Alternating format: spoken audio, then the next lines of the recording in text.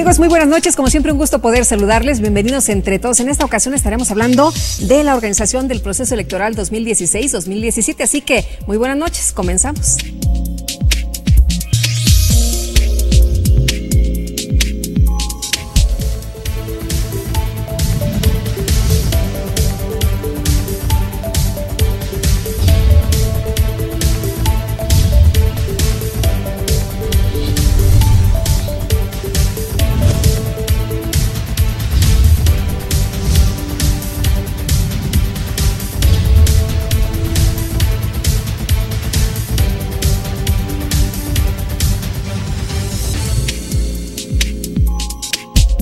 Y bueno, les quiero presentar a nuestro entrevistado en esta ocasión, Gabriel Corona Armenta, consejero del Instituto Electoral del Estado de México, a quien saludo con mucho gusto. ¿Cómo estás? Bienvenido.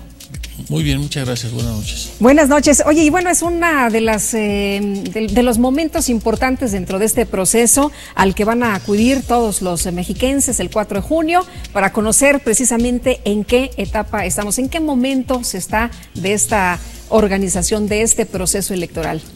Bueno, estamos en la etapa de precampañas. Comenzaron el 23 de enero y terminarán el próximo 3 de marzo. Es decir, 40 días para que los partidos políticos puedan definir internamente quiénes serán sus candidatos. Ahora, en estos periodos son precampañas, intercampañas, campañas y periodo de reflexión. Platícanos un poquito. Al terminar este periodo de precampañas, que será el 3 de marzo, se iniciará un periodo de intercampaña que irá del día siguiente, el 4 de marzo, hasta el 2 de abril de este año. Es decir, 30 días. A partir de ahí vendrá ya la parte más, digamos, intensa del proceso electoral, porque se iniciarán las campañas el 3 de abril de este año y terminarán 3 días antes del proceso electoral, es decir, el 31 de mayo. A partir de ahí habrá un periodo de reflexión de 3 días para que los ciudadanos mediten sobre las propuestas de partidos y candidatos y puedan decidir de manera informada el 4 de junio quién será el gobernador o gobernadora del Estado de México. ¿Qué pasa en las precampañas? Bueno, en las precampañas, que es el periodo que estamos viviendo, los partidos decidirán entre 2 o más contendientes por el cargo, por la candidatura, perdón, quién de ellos lo representará a partir del 3 de abril, ya en la campaña electoral, dirigido ya a obtener el voto de los ciudadanos. En esta primera etapa, los partidos políticos solo pueden dirigirse a sus militantes. Esa es la diferencia. Las precampañas solo son dirigidas a sus militantes, no a la ciudadanía en general. Ya en la campaña, entonces sí, los partidos y candidatos se pueden dirigir a la ciudadanía en general. El primero tiene propósito en la precampaña ver quién es nominado por un partido político, y ya en la campaña el objetivo es ver quién es elegido gobernador o gobernadora del Estado. Y aunque escuchamos los spots de las precampañas, pues no les hacemos caso a los ciudadanos, ¿no? Al cabo no van dirigidos hacia nosotros. No van dirigidas a la ciudadanía en general, sino solamente a quienes militan en algún partido político. Aunque pues es muy difícil no escucharlas, puesto que salen en los medios de comunicación, ¿verdad? Pues sí. Oye, en el caso de mucha gente decía hoy en la mañana en los tweets cuando escuchaban algunos de los candidatos que hay ellos mismos haciendo promoción de estas precampañas o en estas precampañas, si se violaba la ley o no. Tú nos dices que no, están totalmente dentro de la ley. En cuanto a plazos legales, están dentro de la ley. Ya lo que habría que ver es si se dirigen o no a sus militantes, cosa que no podría yo adelantar ningún juicio, puesto que no sé exactamente. Bueno, claramente dice que a los militantes, ¿no? Cuando se diga que es clara, que es únicamente a los militantes y está dentro del plazo legal, no hay desde el punto de vista de la autoridad electoral ninguna violación, pero habría que ver específicamente la queja o la observación que se hace a la misma, ¿no? Y bueno, ya la semana que entra, pues muy rápido, ¿no? Se está pasando el tiempo rapidísimo. La semana que entra ya son las intercampañas. Comienzan las intercampañas y ahí serán en este periodo los partidos políticos tendrán sus procesos para definir quién será finalmente su candidato o candidata a la gubernatura del Estado. Ahí es cuando vemos el registro. Exactamente, en este periodo de intercampaña será el registro. Los partidos políticos tienen hasta el 29 de marzo para solicitar el registro de sus candidatos, y la autoridad electoral, en este caso el Instituto Electoral del Estado de México, tendrá hasta el 2 de abril para resolver cuáles candidaturas se pueden registrar al cumplir con todos los requisitos legales. Aparece una figura novedosa que son los independientes en esta ocasión. Exactamente, tenemos ahorita 10 aspirantes a candidatos independientes, un número bastante alto, si se toma en cuenta que aparte hay 9 partidos políticos, aunque hay dos coaliciones, pues esto hace de un número muy importante de contendientes que podría darle una dinámica muy diferente a la competitividad por el poder en el Estado de México, y la autoridad electoral pues estará tomando todas las previsiones para que esto pues se mantenga dentro de los cauces legales en todo momento, y sobre todo estar atentos a que las boletas electorales y todos los documentos que se hacen para la jornada electoral pues tengan los nombres de esos aspirantes a su debido tiempo. Hablábamos al principio de la organización del proceso electoral y decíamos 2016-2017, porque esto no se empezó apenas hace unos días, ¿no? No, comenzamos la primera semana de septiembre de 2016 y se concluirá la jornada electoral el 4 de junio, aunque todavía viene un periodo de actos posteriores a la campaña electoral, que es donde los partidos políticos podrán, primero el 7 de junio se harán las sesiones de cómputo, y después los partidos políticos podrán inconformarse con los resultados producto de los mismos cómputos. En este momento, ¿cómo va la organización? ¿Todo va en tiempo? Todo va acorde con los tiempos que establece la ley. Ha habido una estrecha coordinación con el Instituto Nacional Electoral.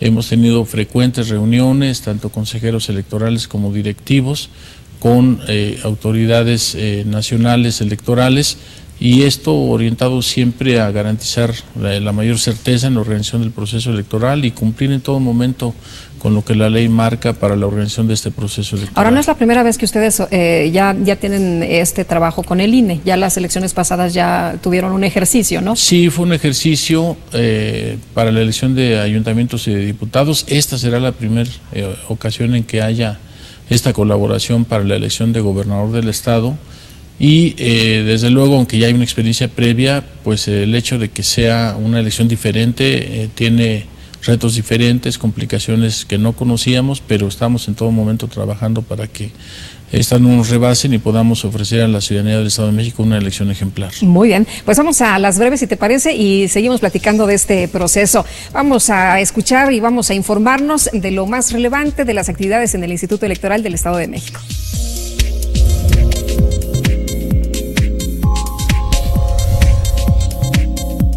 A efecto de cumplir con los principios de legalidad, máxima publicidad y rendición de cuentas, el IEM publicó en estrados y de forma paralela en su página electrónica el aviso de liquidación del otrora Partido Futuro Democrático, emitido por el interventor designado por el Consejo General del Instituto, acto que fue atestiguado por la consejera electoral María Guadalupe González Jordán, presidenta de la Comisión Temporal de Fiscalización para atender el procedimiento de liquidación, la consejera electoral Natalia Pérez Hernández, quien forma parte de la misma, y el secretario técnico Luis Samuel Camacho Rojas. El IEM, de acuerdo con sus funciones y atribuciones, realiza el monitoreo a los medios de comunicación alternos y cine relacionados con los actos de precampaña para la elección de gobernador constitucional del Estado de México. Esta actividad tiene como propósito fundamental identificar, clasificar y registrar el tipo y número de anuncios propagandísticos utilizados para la difusión de mensajes de los actores políticos que participan en el proceso electoral y que realizan los partidos políticos como parte de sus procesos de selección y postulación de su candidato.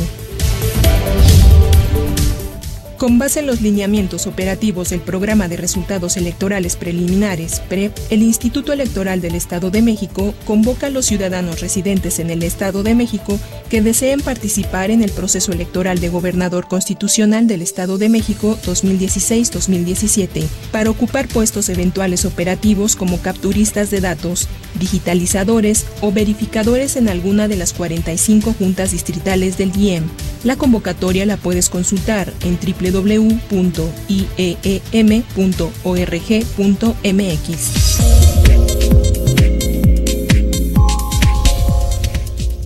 Amigos, tenemos que hacer una pausa, pero regresamos enseguida con más aquí Entre Todos.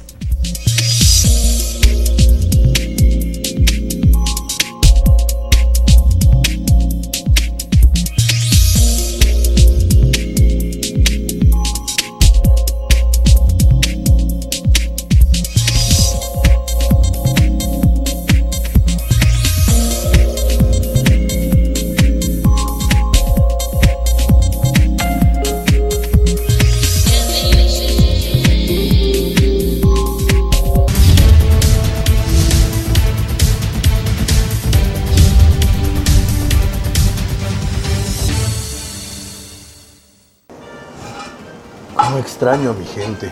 Si pudiera hacer algo más por ellos. Pues empieza por votar. Ya ves que desde aquí ya también se puede hacer. ¿De veras? ¡Claro! Es más, infórmate. Y dile a todos los que conoces. Así todos le entramos. ¿Eres del Estado de México y vives en el extranjero? En 2017 vota desde allá para elegir gobernador. Regístrate en votoextranjero.mx. Tienes hasta el 15 de marzo. IEM, Instituto Electoral del Estado de México. Quiero mucho mi trabajo porque es algo que mi papá me heredó. Le dedico cada momento de mi vida y cuido cada detalle en lo que hago, al igual que con mis hijos. Eso me lo enseñó mi viejo. Todos mis trabajos los termino con buen gusto y calidad. El próximo 4 de junio, tú le das valor. IEM, Instituto Electoral del Estado de México.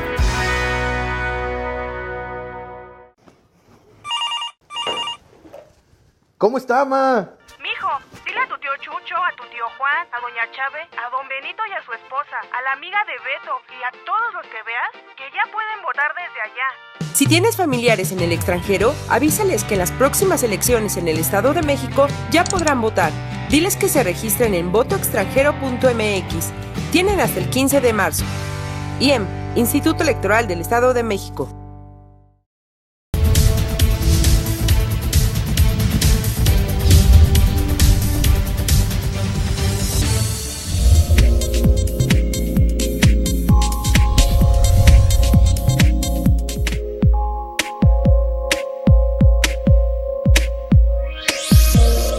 Es la forma que tenemos los ciudadanos de participar y de tomar decisiones. Para poder elegir mejor al candidato.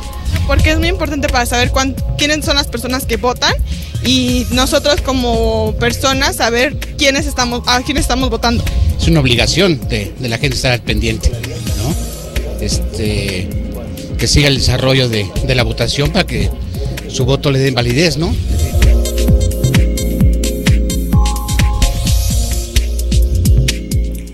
Bueno, pues estamos de regreso y ahí las diferentes voces, escuchábamos una de ellas que decía para que el voto le dé validez, es justamente de lo que ustedes están hablando ahora, hay que darle valor al voto.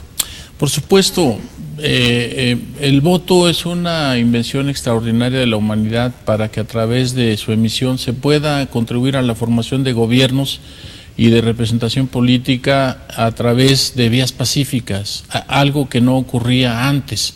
Y a través del voto, participando en las elecciones, es posible formar gobiernos de manera periódica, lo que no ocurría antes. Antes, para formar un gobierno se recurría a la fuerza, con los costos en términos de vidas humanas y de retroceso en términos materiales. El voto tiene un valor extraordinario que no toda la gente ha alcanzado a apreciar hasta el momento, pero que esa es precisamente la función de la autoridad electoral. Informar a la gente sobre el valor que tiene el voto de cualquier ciudadano, sumado al de muchos otros, por supuesto, para que a partir de esa decisión se formen los gobiernos que sean producto de la voluntad popular. Y esto, desde luego, contribuye a que esos gobiernos respondan precisamente al interés de esa población, de esos electores que han decidido votar en un determinado sentido. Y además la gente tiene que estar muy bien informada, ¿no?, para tomar una buena decisión, y me parece a mí que las campañas ahora son más rápidas, que es lo que la gente quería, campañas breves, campañas en las que pues no se desperdicie tanto dinero, tanto recurso y que vayan al grano. Sí, por supuesto, una de las críticas que se hacía a nuestro sistema electoral es que precisamente esas campañas y precampañas eran muy largas, y eso hacía que además se mantuviera un periodo de mayor conflictividad electoral y además la queja era la propaganda electoral, ¿no? Por eso se redujeron y por eso en mucho menos días se hace el esfuerzo de que los ciudadanos estén debidamente informados, que se involucren en los procesos electorales, ya sea participando como militantes si es que militan en algún partido político, pero si no al menos como buenos espectadores. Así como cuando se va al cine hay que estar atento a la película o a la obra de teatro, si se va al teatro o a cualquier espectáculo, es responsabilidad del instituto hacer de los ciudadanos buenos espectadores debidamente informados para que conozcan el desenlace de la película y puedan tener elementos para conocer las razones del por qué actores y todos los participantes tienen determinados objetivos. Nuestro objetivo es entonces que estén muy bien informados. Son 59 días de campaña nada más, ¿no? 59 días los que tienen señalados y desde luego la autoridad electoral está atenta a que la campaña solamente se dé en ese periodo, porque pues siempre hay quejas en el sentido de que hay algunos que no respetan los plazos legales. Sin embargo, nosotros estamos atentos a que esto no ocurra y en todo momento se conmina a partidos y a candidatos a que se conduzcan por los cauces legales establecidos, de tal manera que haya piso parejo, condiciones iguales para todos los contendientes. En estos momentos lo que hemos estado viendo son las precampañas, están preparándose para las campañas, vienen las intercampañas que ya nos mencionabas, pero el instituto, ¿qué está haciendo ahora? ¿En qué está trabajando? ¿En qué se está enfocando? ¿Qué hace el Instituto Electoral del Estado de México, pero también qué hace el Instituto Nacional Electoral? ¿Cada quien tiene diferentes tareas? Bueno, algunas son atribuciones exclusivas del INE, sin embargo hay una estrecha colaboración. Por ejemplo, ahorita se ha iniciado ya lo que tiene que ver con la capacitación, ya se ha dado la insaculación y ya se han contratado los capacitadores que son contratados por el INE. Sin embargo, el IEM participa de manera muy activa en los recorridos de examinación, en donde se van a determinar dónde se van a ubicar las mesas directivas de casilla. Hay algunas atribuciones que son exclusivas del INE, como la fiscalización o la misma capacitación, pero todo lo relacionado con la logística electoral y de la elección local, pues lo estamos organizando en el Instituto Electoral del Estado de México. Por ejemplo, ahorita ya ya se ha aprobado el material y la documentación electoral. Ya se está viendo pues todo lo relacionado con qué empresa va a fabricar las boletas electorales, que serán una cantidad muy grande, cercana a los 12 millones de boletas electorales. Se está viendo ya... ¿Cuántos votantes hay? 11 millones, habrá alrededor de 11.900.000 electores, y pues eso nos hace el padrón electoral más grande de todo el país, un poco más del 13%. Y tenemos muchas actividades relacionadas con esta responsabilidad, y aunque el INE tiene una parte importante de lo relativo al proceso electoral para gobernador del estado, el IEM participa en cada una de estas actividades, acompañando y coadyuvando para que estas actividades se realicen de la mejor forma. Tú eres presidente de la Comisión de Organización. Sí. ¿Qué hacen en esta comisión? Bueno, justamente ahorita estamos viendo cosas relativas a por ejemplo, las medidas de seguridad de las boletas, ¿no? ¿Qué medidas de seguridad deben llevar para que no haya ninguna probabilidad de que haya algún mal uso de ellas, ¿no? ¿Qué deben de contener? Si marcas de agua, microtextos, papel seguridad, entre otras características, y vemos todo lo relativo a por ejemplo, dónde se van a guardar esas boletas, en qué áreas, qué medidas de seguridad deben tener, todos los candados para evitar que alguien pueda hacer mal uso de este documento esencial, primero que serán las boletas y después los votos. Es decir, la Comisión de Organización digamos, es la parte fuerte del proceso electoral, porque tiene que ver con todo lo relativo a la documentación electoral y material, tiene que ver con la logística relativa a el acopio de todos los votos, de todos los paquetes electorales para que se concentren en los consejos distritales y a partir de ahí se hagan los cómputos correspondientes el miércoles siguiente al día de la elección, y en todo momento es esta comisión la que tiene la responsabilidad de ver los mecanismos de custodia para evitar cualquier uso indebido de ella. Entonces es una comisión que tiene mucho peso y obviamente en todo momento tenemos que estar muy atentos a que todo se haga conforme a la ley y no haya ninguna alteración. Oye, con todo esto que nos has platicado, me imagino que tienen un ejército de personas, ¿o cómo se le hace? Sí, tenemos un número muy importante de personal. Bueno, el instituto tiene un poco menos de 400 empleados de manera permanente, pero como parte del proceso electoral se contrata un cierto número de personal eventual. Hay 45 juntas distritales, cada una tiene 3 vocales, serían 135 personas y un conjunto de auxiliares que son auxiliares de logística, secretarias y ahorita hay monitoristas, por ejemplo, para todo lo de los medios alternos. En fin, un conjunto de personal auxiliar que sí hace si no un ejército, sí un conjunto numeroso de personas al servicio del proceso electoral a fin de atender todo en tiempo y forma debidamente. Todo el mundo trabaja como si fuera relojito, ¿no? Tiene todo que estar preciso. Tratamos de que funcione como una máquina el Instituto Electoral del Estado de México. Desde luego, como toda máquina puede sufrir en algún momento algún desperfecto, pero estamos atentos a que esto sea corregido de manera inmediata. Oye, ¿me dejas regresar un poquito al tema de las boletas? Una vez que se determina qué características lleva, ¿dónde las guardan? Nos decías que es muy importante este tema de la seguridad para que no cualquiera pues las pueda llevar y luego las metan así como que ya están a lo mejor tachadas, ¿no? ¿Cómo se le hace? Bueno, aprobamos unos lineamientos para el resguardo del material y la documentación electoral, sobre todo la documentación electoral.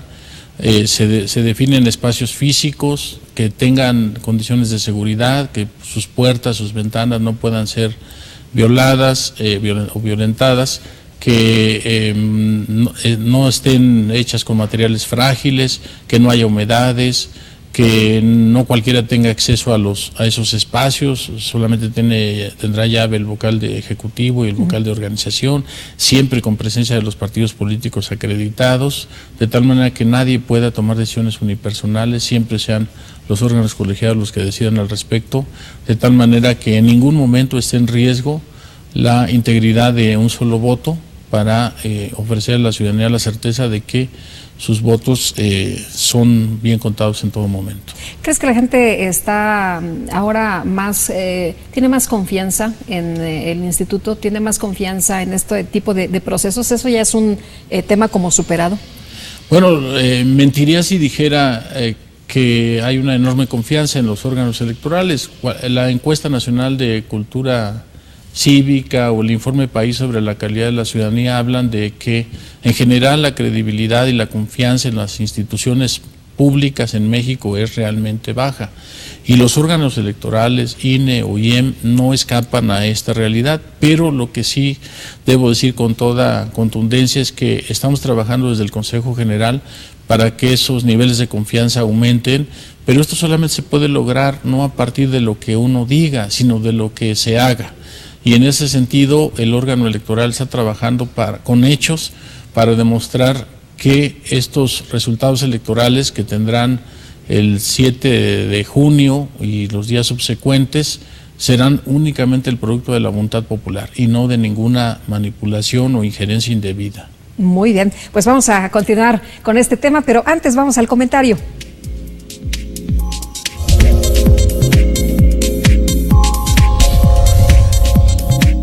En materia política hay temas que de tan gastados pudiera parecer que ya no tienen relevancia, pero hay algunos que cobran vigencia a cada proceso electoral, como el que me voy a permitir apuntar algunas líneas. Cultura política. Se dice que la cultura política son los valores tradicionalmente asumidos por una sociedad en un determinado momento histórico y lugar. Es decir, es lo que esperamos encontrar en nuestros representantes políticos, lo que nosotros asumimos como correcto y queremos que ellos desarrollen en su propuesta y en su ejercicio de gobierno. Cada 3 años en el Estado de México renovamos nuestro Congreso local y cada 6 la gobernatura. Momento en que los actores políticos, hoy enriquecidos a través de la participación de los candidatos independientes, toman postura que hacen que la ciudadanía comience nuevamente a reinteresarse en la cosa pública, en los asuntos de gobierno y en la participación. En el particular momento que nos encontramos, existe un descontento creciente por las políticas públicas, tanto en lo local como en lo nacional. Así lo refleja al menos el Latinobarómetro 2016, que evidencia que el 48% de la población no estima como buena la forma de democracia, como gobierno participativo, y que 25% es la aceptación que alcanzan como máximo los gobernantes. Este es un momento de coyuntura en el que la participación política y la muestra de oposición fundada de los actores que se ven inmersos en un proceso democrático puede cobrar vigencia y relevancia, precisamente para que la ciudadanía tome una decisión informada y relevante a través de las muestras que los actores puedan poner en la charola de opciones que los ciudadanos tengamos para elegir. Gracias. Amigos, tenemos que hacer una pausa, pero estamos de regreso de inmediato. Les quiero recordar que pueden comunicarse con nosotros a través de las diferentes redes sociales. Continuamos.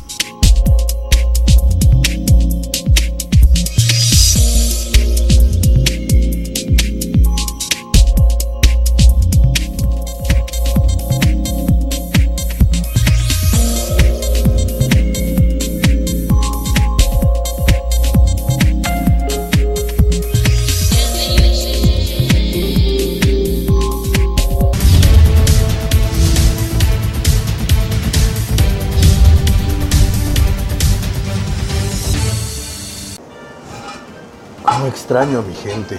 Si pudiera hacer algo más por ellos. Pues empieza por votar.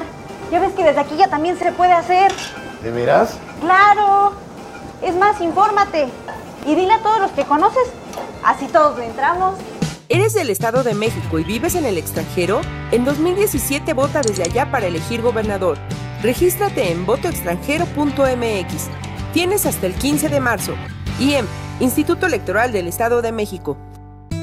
Quiero mucho mi trabajo porque es algo que mi papá me heredó. Le dedico cada momento de mi vida y cuido cada detalle en lo que hago, al igual que con mis hijos. Eso me lo enseñó mi viejo. Todos mis trabajos los termino con buen gusto y calidad. El próximo 4 de junio, tú le das valor. IEM, Instituto Electoral del Estado de México.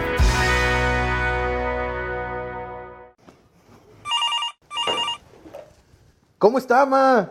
Mijo, dile a tu tío Chucho, a tu tío Juan, a doña Chave, a don Benito y a su esposa, a la amiga de Beto y a todos los que veas que ya pueden votar desde allá. Si tienes familiares en el extranjero, avísales que en las próximas elecciones en el Estado de México ya podrán votar.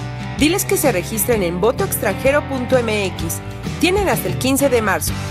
IEM, Instituto Electoral del Estado de México.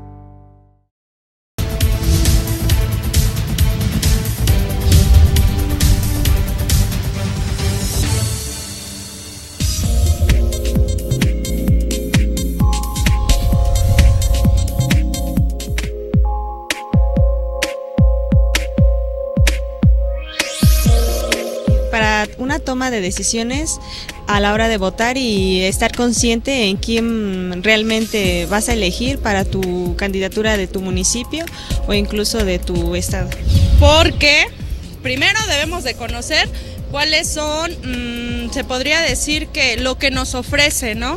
Para que tengamos también sepamos nosotros qué es lo que están haciendo bien por nosotros, lo que están haciendo bien por el estado o por lo mismo para un futuro tanto para nosotros como para nuestros hijos. Es importante y es difícil porque aunque uno sepa, no haya uno por quien votar.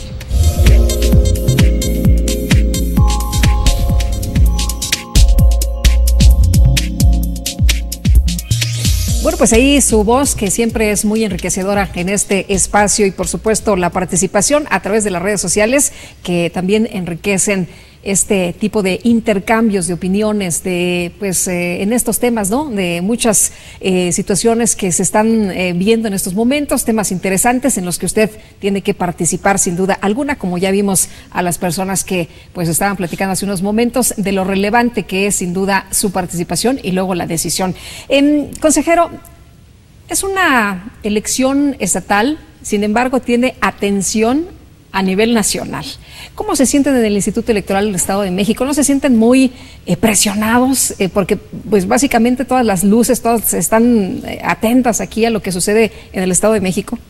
No, realmente no, al contrario, nos sentimos comprometidos porque eso quiere decir que es una elección que despierta mucho interés y que al estar observados, pues esto obviamente hace que redoblemos nuestro compromiso con los principios rectores del instituto, de legalidad, de imparcialidad, de objetividad, etcétera. Y desde luego es muy satisfactorio que la ciudadanía, no solo del Estado de México, sino del país, esté muy atenta. Realmente no nos hemos sentido presionados, en lo personal nunca me he sentido así.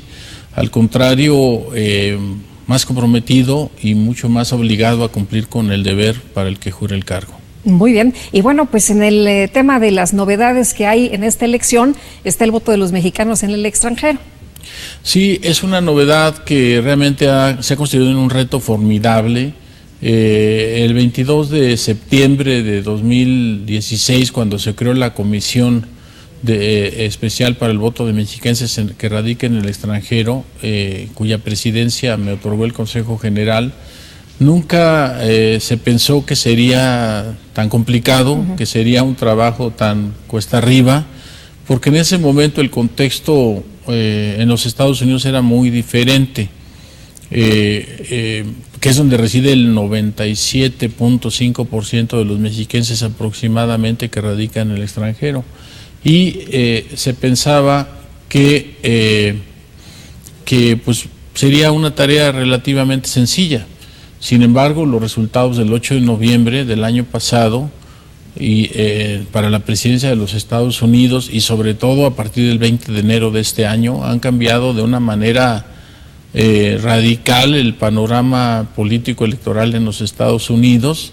En diciembre que fuimos a Chicago, no veíamos todavía esto de una manera tan clara, pero porque a pesar de que ya era el ganador de la elección presidencial, Donald Trump, todavía no asumió el cargo, pero ahora que fuimos en días pasados a California y otro grupo fue a Texas, pues realmente pudimos constatar que la situación había cambiado de una manera muy significativa y que el ánimo de los mexiquenses que radican en los Estados Unidos pues ha cambiado y sus objetivos también se han modificado. Notamos mucho más preocupados a los mexiquenses por su seguridad y la de sus familias, lo cual es perfectamente comprensible. Claro. Y aunque hay el ánimo también en muchos de participar y de involucrarse en los asuntos nacionales, digamos que sí encontramos mucho más dificultades de las que pensábamos y aunque tuvimos algunos éxitos relativos, creemos que estos podrían haber sido diferentes si hubiese contado con un contexto diferente. No obstante eso, se sigue haciendo un esfuerzo muy importante. Se hicieron ya visitas a los estados que más mexiquenses tienen, que son Illinois, Texas y California, pero a través de redes sociales se ha hecho un trabajo extraordinario de contactar a muchísimos mexiquenses que viven en otros países, especialmente en los Estados Unidos, y a través de la Unidad de Comunicación Social se ha hecho un trabajo muy interesante y de la Dirección de Participación Ciudadana sobre cómo ampliar el número de votantes potenciales que podrían sufragar antes del 4 de junio. Y a la gente sí le interesa, ¿no? Le interesa ser tomada en cuenta, le interesa que estando incluso en otras partes del mundo, no nada más Estados Unidos, que se le haga como saber que cuenta su voto, que son mexicanos que cuentan aunque estén en otras partes. Sí, lo toman en principio muchos no sabían por la distancia y por lo novedoso de este derecho, lo toman con cierta sorpresa y con satisfacción de saber que es un justo reconocimiento a la contribución que hacen desde el extranjero al sostenimiento de sus familias y de sus comunidades. Tenemos que recordar que el Estado de México es el cuarto estado que más remesas recibe desde el extranjero, especialmente de los Estados Unidos. Esto da una idea de la contribución que los residentes en el extranjero hacen a la economía del Estado, y el hecho de que puedan votar ahora para gobernador o gobernadora, pues es un justo reconocimiento, y eso les da gusto, aunque no en todos los casos están en condiciones de sufragar, porque muchos emigraron hace muchos años, no tienen sus documentos actualizados, los van a actualizar, pero obviamente eso lleva tiempo y no será posible que todos puedan hacerlo, aunque así lo desean. Ahora ese voto va a contar como todos. Sí, por supuesto.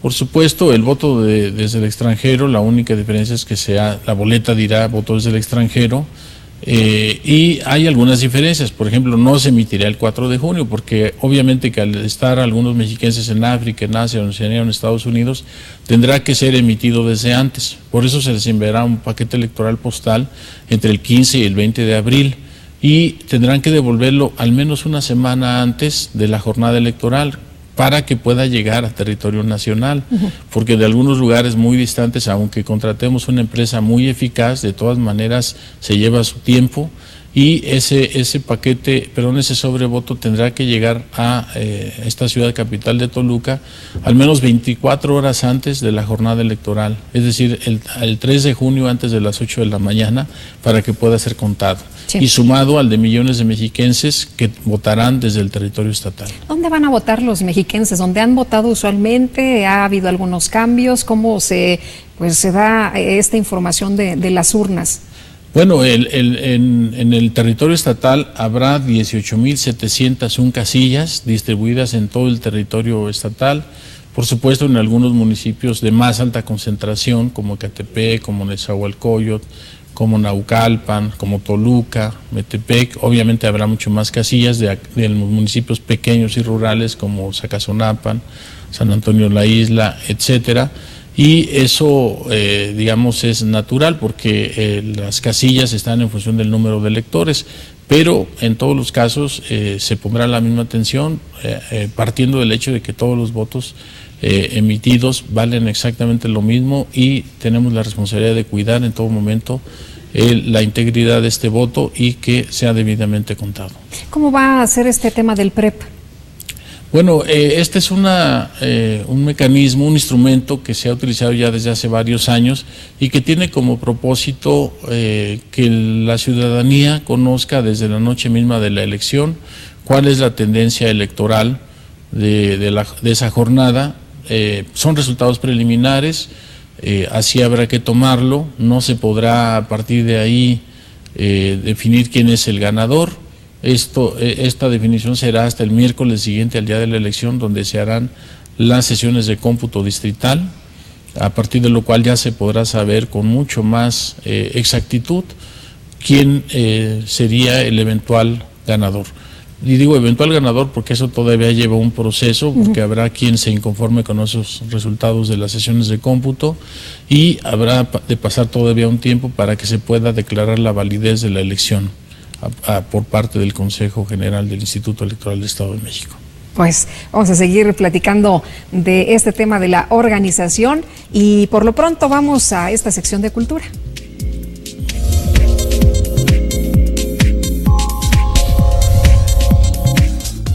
El Palacio de Minería constituye una obra maestra nacional, planeado y construido de 1797 a 1813 por el escultor y arquitecto valenciano Manuel Tolsá, con la intención de que el Real Seminario de Minería formara académicos especialistas en la explotación de minas. Ubicado en la calle de Tacuba, en la Ciudad de México, frente a la Plaza Manuel Tolsá, inaugurada en 1979 con la colocación de la escultura ecuestre de Carlos IV conocida como El Caballito, pieza elaborada por este gran artista. El majestuoso monumento, con elegancia, de formas que conjugan luz, espacio y funcionalidad, es una de las construcciones más relevantes dentro de la arquitectura mexicana. Forma parte del patrimonio artístico y cultural de la Universidad Nacional Autónoma de México y se encuentra bajo el resguardo de la Facultad de Ingeniería. En él se realizan distintas conferencias, diplomados y eventos, entre ellos la Feria del Libro del Palacio de Minería, uno de los mayores eventos literarios de la Ciudad de México, en el que se dan cita a editores de todo el mundo, entre ellas el Instituto Electoral del Estado de México, quien cuenta con un stand donde da a conocer su amplia producción editorial y en donde realizará la presentación del libro Comunicación Política y Compromiso Cívico en México del Dr. O'Neill Díaz, este próximo 1 de marzo a las 13 horas en el Pabellón Estado de México. Sin duda es un encuentro literario que podemos disfrutar entre todos. Hacemos una pausa, pero regresamos enseguida. Quédese con nosotros aquí entre todos.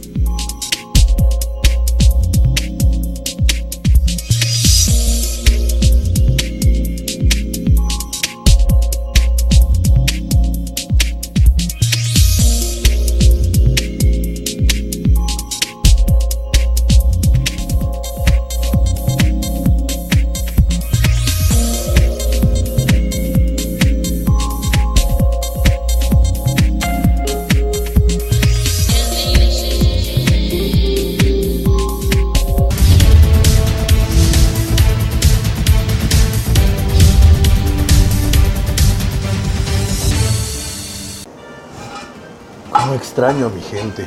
Si pudiera hacer algo más por ellos. Pues empieza por votar. Ya ves que desde aquí ya también se puede hacer. ¿De veras? ¡Claro! Es más, infórmate. Y dile a todos los que conoces. Así todos le entramos.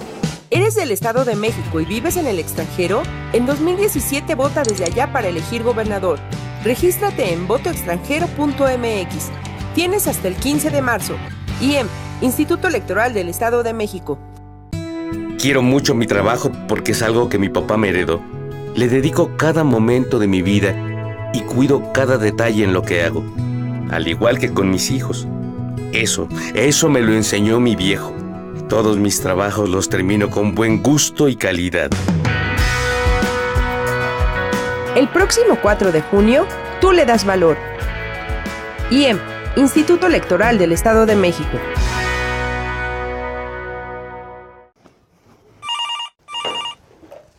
¿Cómo está, ma? Mijo, dile a tu tío Chucho, a tu tío Juan, a doña Chave, a don Benito y a su esposa, a la amiga de Beto y a todos los que veas que ya pueden votar desde allá. Si tienes familiares en el extranjero, avísales que en las próximas elecciones en el Estado de México ya podrán votar. Diles que se registren en votoextranjero.mx. Tienen hasta el 15 de marzo. IEM, Instituto Electoral del Estado de México.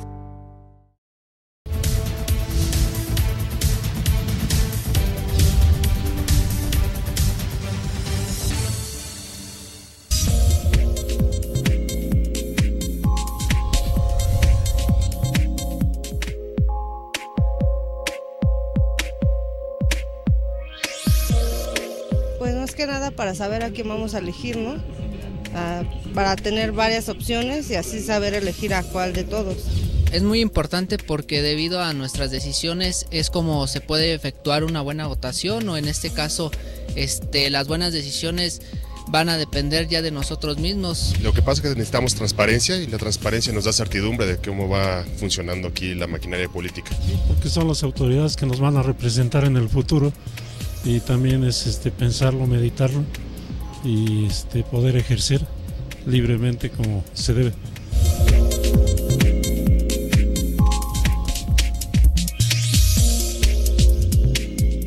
Bueno, pues ya nos platicabas, consejero, de la importancia también de los candidatos independientes, que es otra figura que pues habías mencionado de hace unos momentos, pero me gustaría regresar también con este tema que nuestros amigos del auditorio preguntan. Hablabas de 10 candidatos independientes, ¿y cuándo se va a determinar si van o no van, cuántos van y cómo se van a integrar a las campañas? Bueno, efectivamente hay 10 aspirantes a candidatos independientes que tendrán que reunir varios requisitos. Todos sabemos de las dificultades que hay para ser candidato independiente. Por ejemplo, tendrán que reunir 328.740 firmas de apoyo. Y aunque a los tribunales han eximido a algunos de estos candidatos de agregar documentos adicionales como las copias de las credenciales del elector, no los exime de que sean en al menos 64 municipios de los 125 y que al menos sean el 1.5% de los ciudadanos que están en la lista nominal. Esto realmente es complicado. Yo no quisiera ser pesimista, pero dadas estas complicaciones, es muy difícil que los 10 ciudadanos que aspiran a ser candidatos independientes pudieran conseguir el número total de firmas. Para empezar, pues serían más de 3.287.000 firmas, algo así. Entonces, no es fácil si lo comparamos con los resultados electorales de los últimos años, pero bueno, independientemente de eso, tendrán que ser registrados si reúnen con todos los requisitos exactamente el mismo día que los candidatos de partidos políticos, es decir, el Consejo General del Instituto decidirá el 2 de abril quiénes de ellos pueden figurar en la boleta y quiénes de ellos podrán salir a hacer campañas y a solicitar a la ciudadanía del Estado de México su voto para ser gobernador o gobernadora. ¿Cuánto tiempo tienen en estos momentos? Ahora que empiezan las intercampañas, ¿ese va a ser el ejercicio que tendrán que llevar a cabo?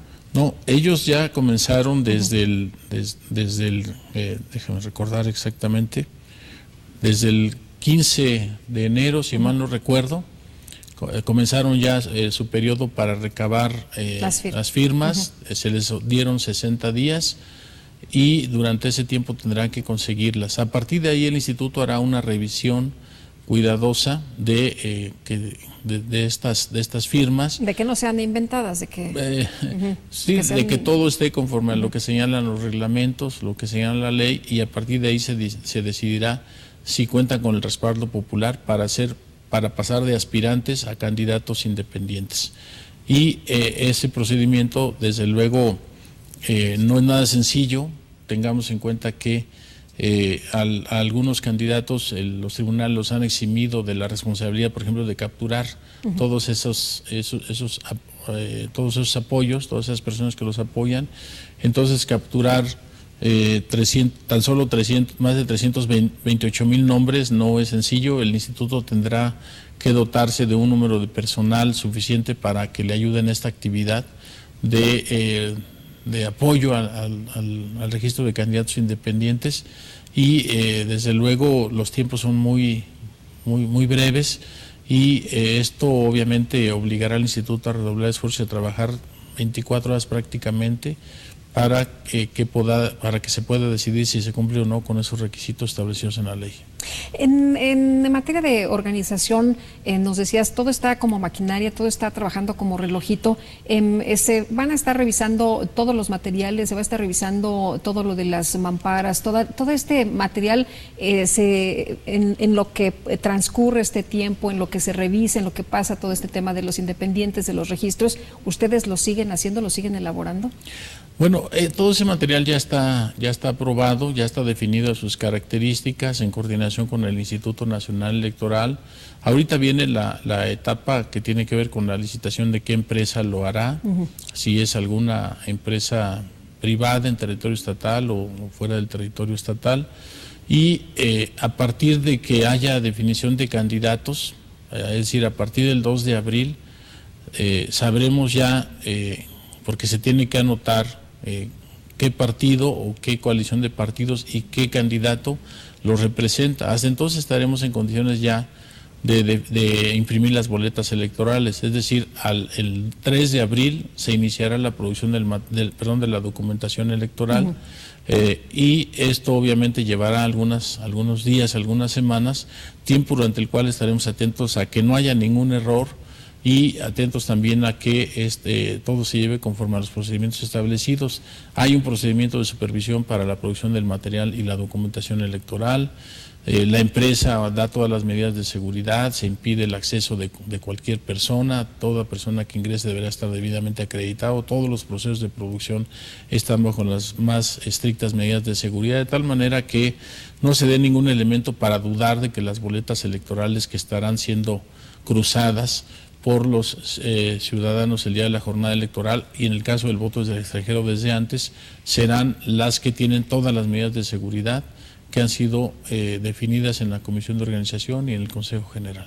Es una tarea titánica, ¿no? El hacer una elección, el organizar una elección. Para nosotros los ciudadanos pareciera muy fácil porque el día 4 de junio, pues los que tengan que votar en el Estado de México irán con su credencial y simplemente pues marcarán el candidato o la coalición por la que ellos se decidan. Sí, es una tarea muy compleja, pero sobre todo digamos que el reto más importante es superar la desconfianza de los contendientes, de los partidos y sobre todo de la ciudadanía, que debe de acercarse a estos procesos para conocerlos, y estoy seguro que muchos de ellos, si conocieran el cuidado, lo meticuloso que se es a la hora de definir todos estos procedimientos, desconfiarían menos, pero desgraciadamente muchos de estos procesos, que son muy técnicos, están lejos del conocimiento de la mayoría de la ciudadanía. Por eso es importante que a través de programas como estos podamos difundir en qué consiste el trabajo de la autoridad electoral, para que a partir de este conocimiento pues se genere mayor confianza en todos estos procedimientos y sobre todo en los resultados electorales, que es finalmente el objetivo principal de esta tarea. Hablamos de las redes sociales, la importancia que tienen en este espacio, que lo enriquecen, pero aparte ahora en todos los procesos, en todos los actos de la vida, las redes sociales están ahí presentes. Sabemos que ustedes tienen observadores electorales para este proceso, pero pues cada individuo también se puede convertir en un observador, ¿no? Sí, por supuesto. Esta actividad, aunque es también coordinada por el INE, también nosotros tenemos cierta coadyuvancia y procuramos también estar atentos a esta función importante. Lo cierto es que la mayoría de quienes observan lo hacen únicamente durante la jornada electoral, aunque debe saberse que sí se puede observar desde antes de la jornada electoral, es decir, todo el proceso electoral en su conjunto. Se puede ir a las sesiones del Consejo General, de los consejos distritales, todas las sesiones son públicas, y esto le permitiría a cualquier ciudadano enterarse de cómo se construyen las decisiones y las razones del por qué los procedimientos son de un determinado tipo y no de otro. Todo orientado a generar certeza y confianza entre contendientes y ciudadanos. Perdón, entre contendientes y también entre los ciudadanos. Y bueno, ustedes están haciendo su tarea. Esperemos que también los ciudadanos hagan la suya. Por supuesto, en toda democracia, aunque los gobernantes y los representantes tienen una función muy importante, la base de toda democracia es la ciudadanía, que a través de su voto elige a sus representantes y a sus gobernantes. Pero para eso se requiere que no se limiten a hacerlo el día de la jornada electoral y después olvidarse, sino a través de los mecanismos de rendición de cuentas estén exigiendo precisamente que sus gobernantes y representantes hagan eso, que les digan qué han hecho a partir de la asunción en su cargo, con los recursos públicos sobre todo, y si están cumpliendo sus promesas de campaña. Pero para eso se requiere que se involucren.